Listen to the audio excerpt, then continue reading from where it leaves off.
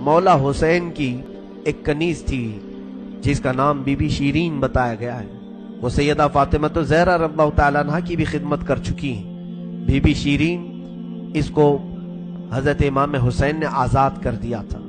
وہ کہتی تھی کہ میں آزاد نہیں ہونا چاہتی ہوں. کہا تھا کہ تو بڑھاپے کو پہنچ چکی ہے, تجھے ہم نے آزاد کر دیا. اور اس کے بعد مولا حسین نے جب یہ مدینہ طیبہ میں تھے, بی بی شیرین کو کہا تھا کہ تو آزاد ہے, جا. بہت سارا مال دیا تھا اور جمع کر کے کہا تھا کہ تو چلی جا, اپنی بقیہ زندگی آرام سے گزار. تو کہتی ہے ایک شرط ہے میری, میں اس شرط پر جاؤں گی. امام حسین ابن علی نے پوچھا کہ ہم نے تجھے کسی چیز سے روکا نہیں, منع نہیں کیا, کیا چیز تو چاہتی ہے؟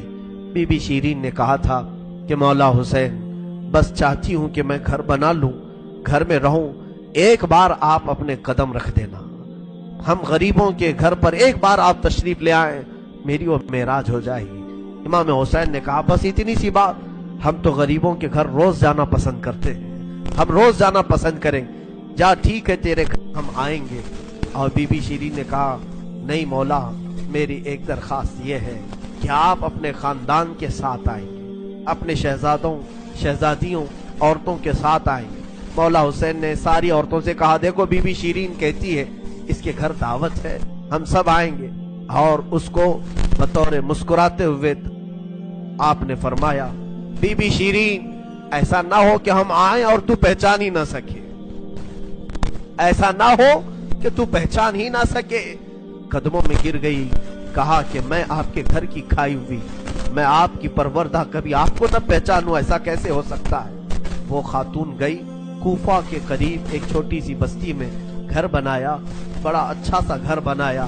اور اس کی بستی والے بھی اس کی بڑی عزت کرتے تھے کہ یہ فاطمہ کے گھر کام کی ہوئی عورت ہے, حسین ابن علی کے گھر کام کی ہوئی عورت ہے. وہ ہر گھر میں جاتی تھی, بستی والوں سے کہتی تھی لوگوں دیکھنا میں نے گھر بنایا اور پیغام بھیج دیا ہے, فاطمہ کے لاڈلے شہزادے رسول امام حسین نے مجھے وعدہ کیا ہے ایک بار وہ میرے گھر تشریف لائیں گے. بستی والے کہتے تھے کیا تیری قسمت ہے کہ تیرے گھر مولا حسین آنے کی بات کر چکے ہیں, رسول اللہ کا شہزادہ تیرے گھر آئے گا. سب اس کی گاؤں میں بڑی عزت تھی, لوگ کہتے تھے کہ اس کی بات پر حسین آنے والے ہیں. ایک بار جیسے ہی بی بی شیرین کو خبر ہوئی کہ امام حسین مدینہ سے مکہ نکل چکے ہیں اور مکہ سے کوفہ آنے والے ہیں, جیسے ہی یہ خبر ملی تو اس نے پیغام بھجوایا اور پھر اپنے گھر کو رنگ و روغن کرنا شروع کر دیا اور کمرے سجائے کہ مولا حسین کا قافلہ آ رہا ہے اور کوفہ جانے والے ہیں اور میرے گھر پر ٹھہریں گے. جنگ کی کوئی خبر ہی نہیں تھی. گاؤں والوں کو جیسی اطلاع ہوئی, گاؤں کے سارے لوگ اس کے ساتھ مل گئے. پورے گاؤں میں سارے لوگ گھروں کی تیاریاں کر رہے تھے اور سب لوگ روز انتظار کرتے. بی بی شیرین پہاڑ کے ایک چوٹی پر صبح سے شام تک بیٹھتی, ہر آنے جانے والے قافلے والے کو دیکھتی جو مکہ سے کوفہ کے لیے آ رہا ہے جا رہا ہے, دیکھتی, انتظار کرتی. اس میں امام حسین اپنے گھر والوں کے ساتھ آنے والے نہیں آئے. کئی دن گزر گئے اور اسی رات, اسی زمانے میں ایک رات ایسی آئی کہ اس کے گھر ایک عورت آئی. کہا بی بی شیرین اٹھو جلدی. کہا کیا؟ کہ حاکم بصرہ ابن زیاد کا لشکر, بہت بڑا لشکر ہے اور وہ لشکر باہر آیا ہوا ہے, تیرا بڑا گھر ہے, وہ چاہتے ہیں کہ آج کی رات تیرے گھر میں گزارے.